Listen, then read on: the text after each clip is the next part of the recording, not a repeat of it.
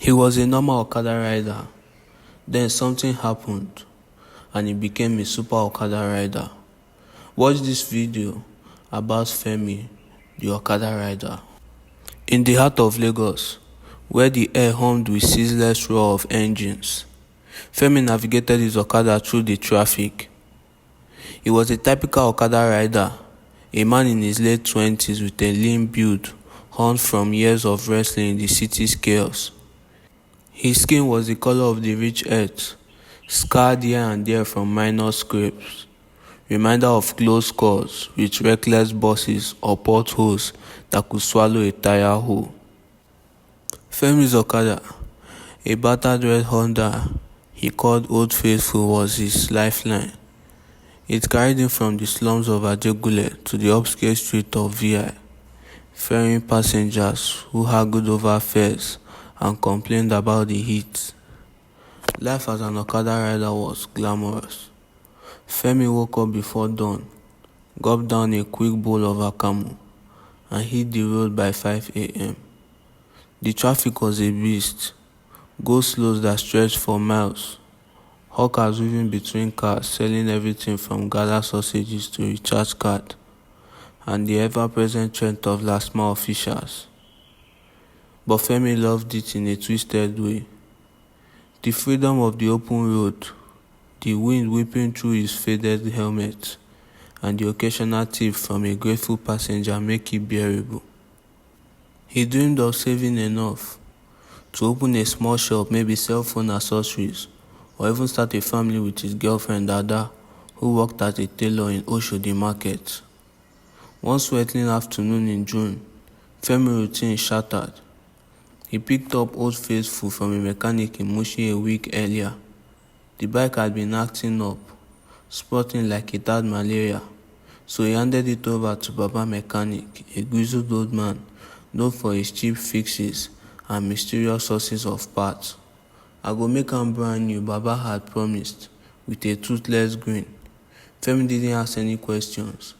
In Lagos, you didn't pry into miracles. Now racing down Apapa Road, with a passenger clinging to his back, a harried businessman late for a meeting, Femi hit a wall of traffic. Cars honked, buses belched, and Okada zipped through narrow roads like angry bees. "Oga, abeg, I dey in a hurry," the passenger barked. Femi muttered under his breath, "Na God go help us." He revved the engine, weaving left, but the truck blocked the path. Then frustration bubbled up. If only this bike could fly, he thought aloud. Suddenly, the bike dashboard flickered. A soft blue light pulsed from the speedometer, and a calm robotic voice echoed in his helmet. Femi hadn't noticed the tiny speaker embedded there before. Optical mouth detected. Engaging super speed mode. "Hold on, Femi." "What's the?" Femi yelled. But before he could process, the bike spurted forward. It wasn't just acceleration. It was like the laws of physics bent. The Okada dodged through impossibly tight spaces, predicting gaps before they opened. Horns blurred into a symphony as they zipped past cars at what felt like 200 km/h. Yet Femi felt no wind resistance, no jots from potholes. The navigation was flawless, veering onto sidewalks through alleys he didn't even know existed, and emerging onto clear roads. They arrived at the businessman office in Ikeja in under 5 minutes, a journey that usually took 30. The man stumbled off, wide-eyed, thrusting a wad of naira note into Femi's hand. "Na juju be dis? Take abeg." Femi stared at his bike, his heart pounding. Wetin dey happen? He parked into a quiet spot near a buka, examining Old Faithful. The engine hummed softly, and that voice spoke again. "Greetings, Femi. I am AI-enhanced Model X7, integrated into your motorcycle by an anonymous benefactor. My capabilities include super speed, up to 300 km/h, predictive navigation, obstacle avoidance, and basic defense maneuvers. How may I assist?" Femi mind reeled. Anonymous benefactor. Baba mechanic must have installed this maybe from some stolen tech or a shady deal. Lagos was full of short stories. Gadgets smuggled from China, experimental tech bumped by Oyibo companies. He tested it cautiously, asking the AI to plot a route back home. The bike responded instantly, displaying a holographic map on the handlebar screen. Another new feature. That night, in his one-room apartment, Femi couldn't sleep. Ada noticed the distraction. Femi, wetin dey worry you? You look like you see ghost. He told her everything, demonstrating with a short ride around the compound. Ada's eyes widened. This na opportunity. You fit make plenty money. Deliver packages fast, no traffic wahala. The idea sparked. By morning, Femi rebranded himself. He painted a lightning bolt on the bike side, donned a black jacket, and a makeshift cape. He then whispered to the AI, "Let's call you Bolt." The voice agreed, Bolt it is. Word spread quickly in Lagos underbelly. Femi became Super Okada, the rider who could deliver anything anywhere in record time. His first gig was from a shady trader in Computer Village. A package of phone parts to Lekki promised in 10 minutes. Both calculated the route, engaging super speed. They blowed through the third mainland bridge, dodging downfalls and even leaping over a minor barricade. Then they delivered the package. Femi pocketed double the fee. But it wasn't just deliveries. Lagos was rife with petty crimes, pickpockets in markets, phone snatchers on bike, and area boys extorting traders. Femi enhanced senses. Both felled him real-time alerts via the helmet, turned him into a vigilante. One evening, in a Balogun market, he heard a woman scream, "Thief, my bag!" Both locked onto the culprit, a lanky youth sprinting towards the crowd. Target acquired, pursuing.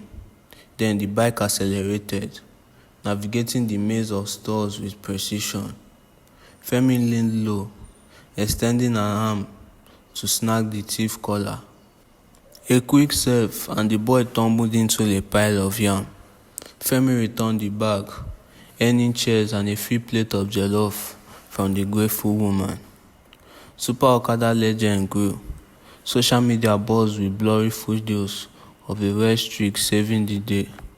Na superhero for Lagos, so Femi earnings skyrocketed.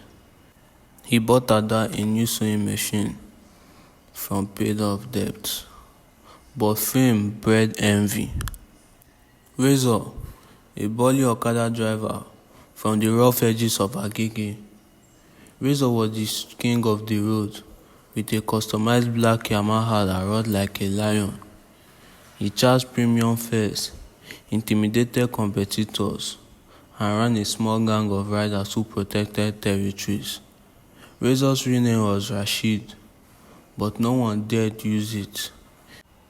When whispers of Super Okada reached him, Razor scoffed at first.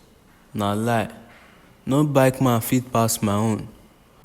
But after losing a lucrative delivery contract to Femi, a urgent medical supply from Lagos Island to Surulere, Razor's jealousy ignited. He spied on Femi, tailing him one night. Seeing the impossible speed, he growled, "This guy dey cheat, I go expose am." Razor's sabotage began subtly. He spread rumors. Super Okada narcotics, using juju to steal job. Then he tampered with Femi's usual parking spot, scattering news, but both detected them. Hazard ahead, rerouting. Femi avoided the trap, unaware of the culprit. Emboldened, Femi took on bigger challenges. A distress call via a new app for Okada services. A child in Ikoyi needed medicine from a pharmacy in Yaba, but traffic was gridlocked due to a protest. "Both we go?" Femi asked. "Affirmative. ETA 7 minutes." They launched super speed kicking in. Both AI predicted police roadblocks, suggesting aerial views. With area, the bike's hidden boosters activated, allowing short hovers over low obstacles. Femi whooped as they skimmed over a flooded gutter. Medicine delivered, child's fever broken, another win. Razor watching from afar seated. He confronted Femi at a popular Okada park in Ojo Eleba. Oga Super, wetin be your secret? You think you better pass everybody? Femi removing his helmet smiled wearily. No wahala brother, just good bike. Razor leaned in, breath reeking of ogogoro. I go find out, and when I do, your reign don't end. The rivalry escalated. Razor challenged Femi to a race, from CMS to Ikeja. Winner takes a win any from the loser's stuff. Femi hesitated. Racing was risky, especially with last man locking, but pride won. Deal, he said. The race drew a crowd. Okadas lined up, engines riving. Razor's gang cheered him up. At the flag drop, Razor shot ahead, his Yahama growling. Femi held back, letting both analyze. Rivals top speed 150 km/h, engaging countermeasure. As they hit the bridge, Femi activated super speed. The red streak overtook Razor effortlessly, navigating through a sudden jam caused by a broken down tanker. Razor swerved dangerously, nearly crashed him, but pushed on. In desperation, he radioed his gang, "Block 'em!" Ahead, two of Razor's boys positioned their bike to create a barrier. Both warned. Incoming obstruction, defensive mode, Femi nodded.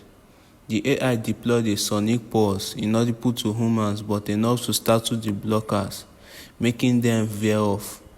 Femi won by a landslide, but Razor's eye burned with hatred. Petty crime turned personal. Razor hired thugs to ambush Femi during a delivery in Mushin. As Femi zoomed with a package of documents for a lawyer, 3 bikes encircled him. "Pull over, superhero," one shouted, brandishing a cutlass. Both assessed. Threat level high. Evasive maneuvers. The bike spun 180 degrees in place, a feat impossible for normal Okadas, then accelerated backwards, confusing the attackers. Femi grabbed a loose pipe from the road, swinging it to fend off one. Then both navigation led them into a narrow alley, too tight for the pursuers. Escape secured, but Femi was shaking. This Razor no go stop.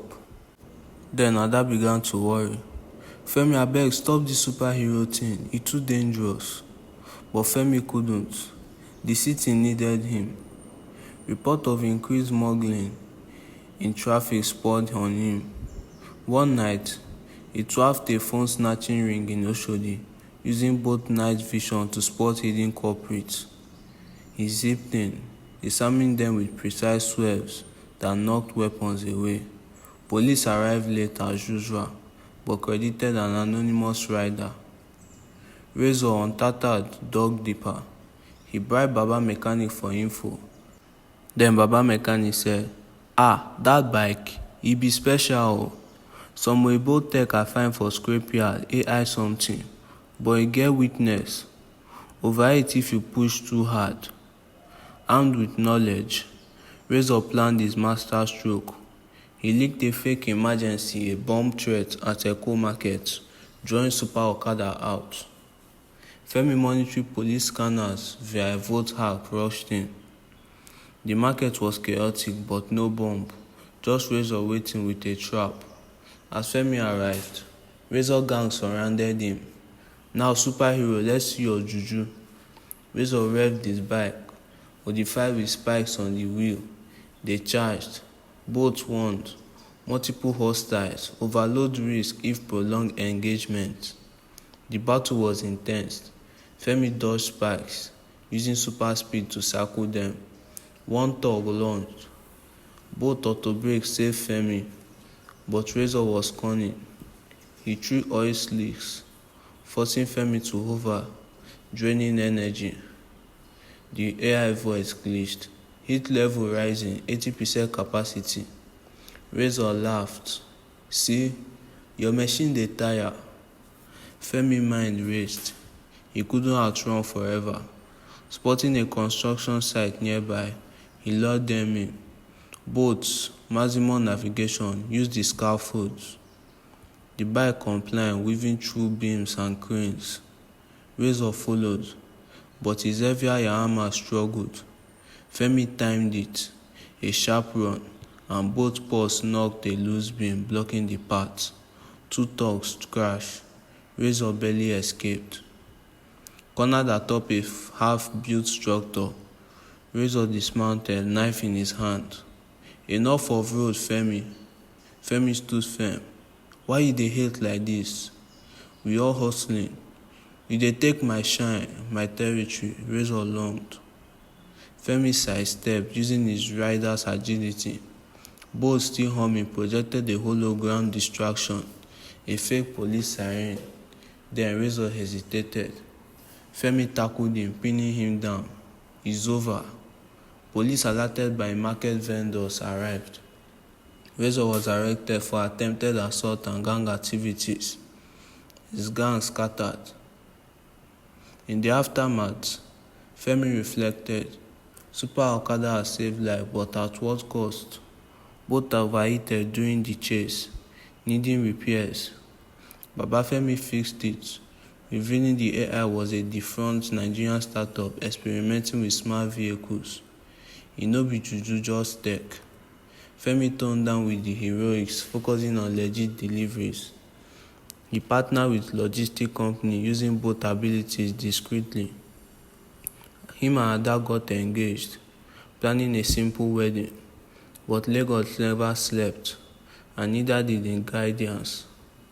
On quiet nights, when cries echoed, Super Okada will emerge, a red blow against the neon light, reminding the city that hope zoomed through the worst traffic. Please like and subscribe to my YouTube channel, and thank you for watching.